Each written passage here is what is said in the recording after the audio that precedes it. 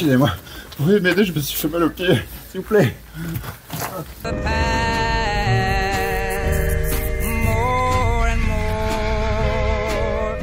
Ce film raconte l'histoire de la famille Carter, comprenant le patriarche, Big Bob, sa femme Ethel, ses deux filles, Lynn et Brenda, le mari de Lynn, Doug, ainsi que leur tout nouvel enfant, Catherine, et le fils de Big Bob qui s'appelle Bobby.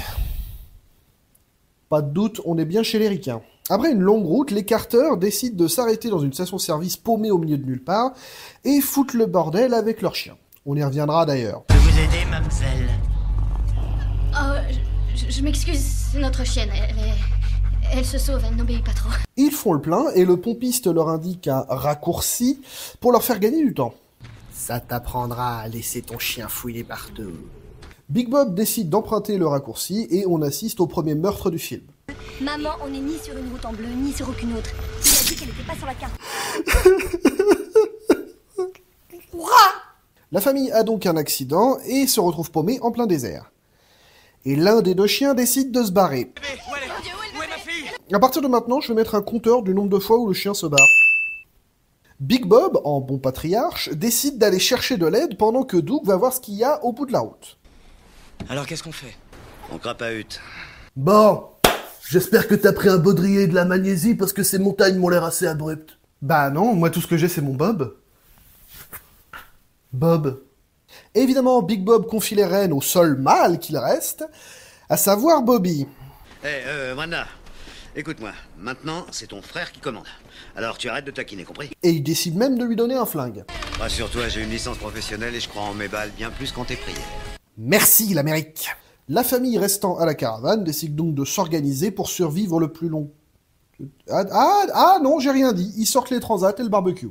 Enlève tes pieds de la table. C'est pas parce qu'on fait du camping que tu peux te comporter comme un porc. D'ailleurs, ils sont paumés en plein désert, mais crachent la flotte par terre et se prennent des douches avec. Non, allez, Doug! Au moins, ils ont décidé de mettre une laisse au chien. L'autoroute? Tu prends une arme, toi aussi? Ce qui a pas servi bien longtemps. Brenda! Mais on découvre qu'une présence extérieure les observe.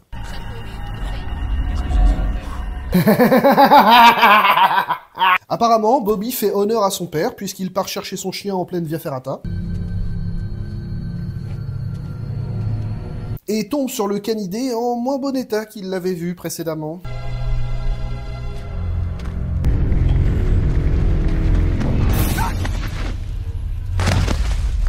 Ah, pas aussi doué que son père pour l'escalade finalement. Il y a même le petit chaperon rouge et un autochtone qui se foutent de sa gueule.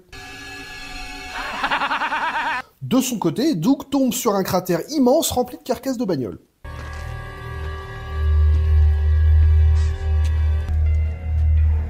Maintenant, elle va marcher beaucoup moins bien, forcément. Quant à Big Bob, à la tombée de la nuit, il arrive à la station-service. Eh oh! Eh oh! Est-ce que tu m'entends? Eh oh! Oh, l'ami!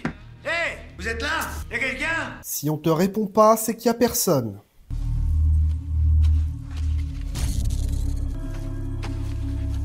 Sors pas ton flingue, si ça se trouve, c'est un fan de Van Gogh.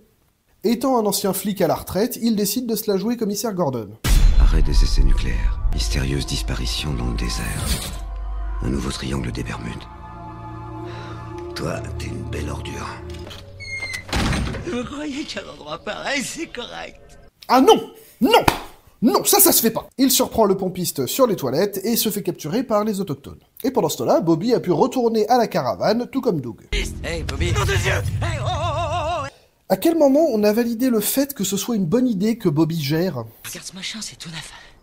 Qu'est-ce qu'on fait d'une canne à pêche dans le désert? T'étais parti chercher de l'aide? Chérie, t'as cuisiné quelque chose parce que je meurs de faim. Oui, entre. Et puis vu que t'as rien foutu de la journée, j'espère au moins que tu t'es occupé du gosse, hein, et que t'as nettoyé par terre, les piafs ils ont chié partout. La famille décide donc d'attendre le retour du patriarche et de se reposer.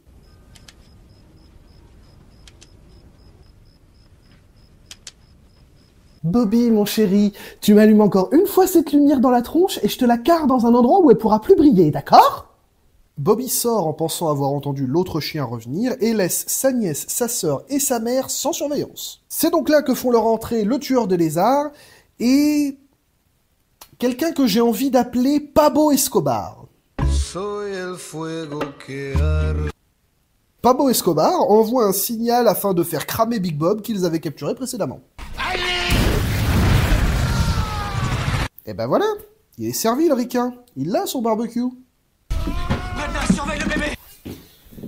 Il a pas vu / entendu qu'il y avait un problème? Le bilan de l'attaque est pas glorieux, son beau-père, sa belle-mère, sa femme sont mortes et son bébé a été enlevé. Oh putain, journée de merde. Au moins j'ai encore la canne à pêche. La tension retombe un peu, mais Bobby entend du bruit dehors. J'avais vu votre feu de camp. Je suis venu vous aider. Évidemment, qui a fait ce bruit? Je vous le donne en 1000. Pourquoi vous faites ça? Pourquoi vous faites ça? Vous m'entendez? Pour la canne à pêche. Le lendemain, Doug part donc à la recherche de son bébé en laissant Bobby et Brenda à la caravane. C'est chez nous maintenant, j'ai mis une clôture. Doug arrive dans une mine et visiblement commence à devenir taré. Oui, Sherlock, le chien va te répondre. Ça a changé, je suis une légende, hein. Il arrive au village des autochtones et utilise ses super pouvoirs pour passer inaperçu.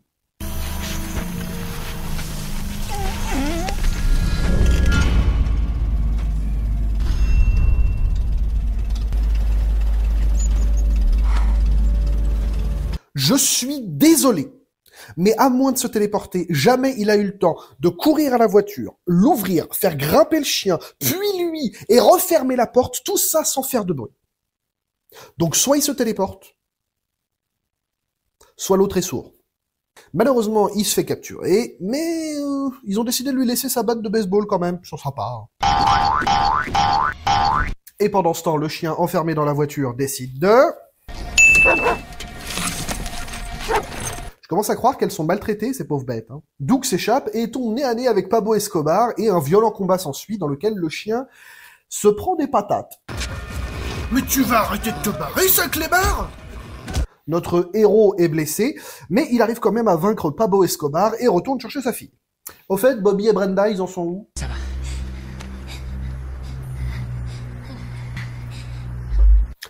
Ils l'ont vraiment utilisé, donc. Les deux ados se font donc attaquer par un autre autochtone, mais s'en sortent en faisant exploser leur caravane. Un hommage à leur père, qui sait? Et au même moment, Doug est intercepté par le petit chaperon rouge qui avait emmené le bébé pour pas que ses compatriotes ne le tuent. Mais le tueur de lézards n'a pas dit son dernier mot. Doug en vient à bout, mais au dernier moment, son assaillant se relève, et c'est à ce moment-là que le petit chaperon rouge décide de se la jouer Léonidas.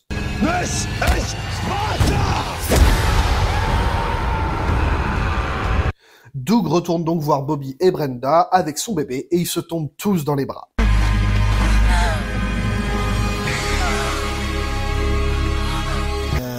On est d'accord qu'on est toujours paumé, et en plus de ça, je suis blessé.